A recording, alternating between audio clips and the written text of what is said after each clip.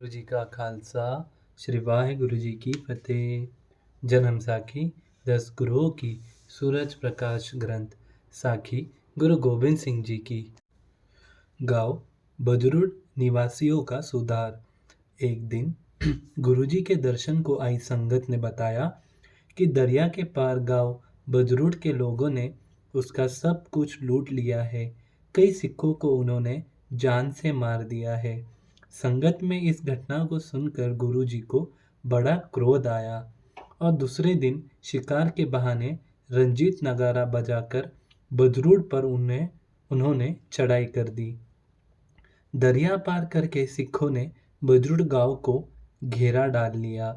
वहां के निवासी गुज्जर तथा रंगड़ अपने हथियार लेकर एक छोटे से किले में मुकाबला करने बैठ गए। सिंह समय देखकर किले के अंदर चले गए और तलवारों से वेरियों की बहुत मार काट की। अपना बुरा हाल देखकर गुजरों और रंगड़ों ने गुरु जी से प्रार्थना की कि हमें बख्श दो। आगे से हम आपके सेवक को कभी कुछ नहीं कहेंगे। उनकी प्रार्थना मानकर गुरुजी ने उनसे शस्त्र छीन लिए, किला तोड़ दिया, घर बाहर लूट लिया और अपने शहीदों का संस्कार करके घायलों को साथ लेकर अनंतपुर आ गए। यह खबरें सुनकर सिखों की सैन्य शक्ति की सारे इलाके में धूम मच गई। आगे से किसी गांव वाले ने भी रास्ते में आती हुई संगत से कभी मनमानी न की। धन श्री गुरु गोबिंद सिंह जी महाराज। मेले का फल।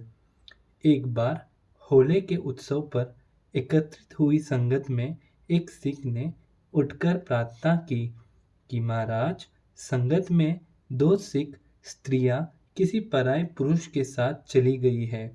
गुरुजी ने फरमाया, उत्सव में 2 प्रकार के पुरुष आते हैं। एक, वे जो महापुरुष के दर्शन करके उन्हीं के वचन सुनकर अपना जीवन सफल करते हैं, तथा दूसरे वे जो पाप कर्म करके अपना अगला जीवन भी बिगाड़ लेते हैं। गुरु घर आकर जैसे कोई कर्म करेगा वैसे ही उसका फल पाएगा।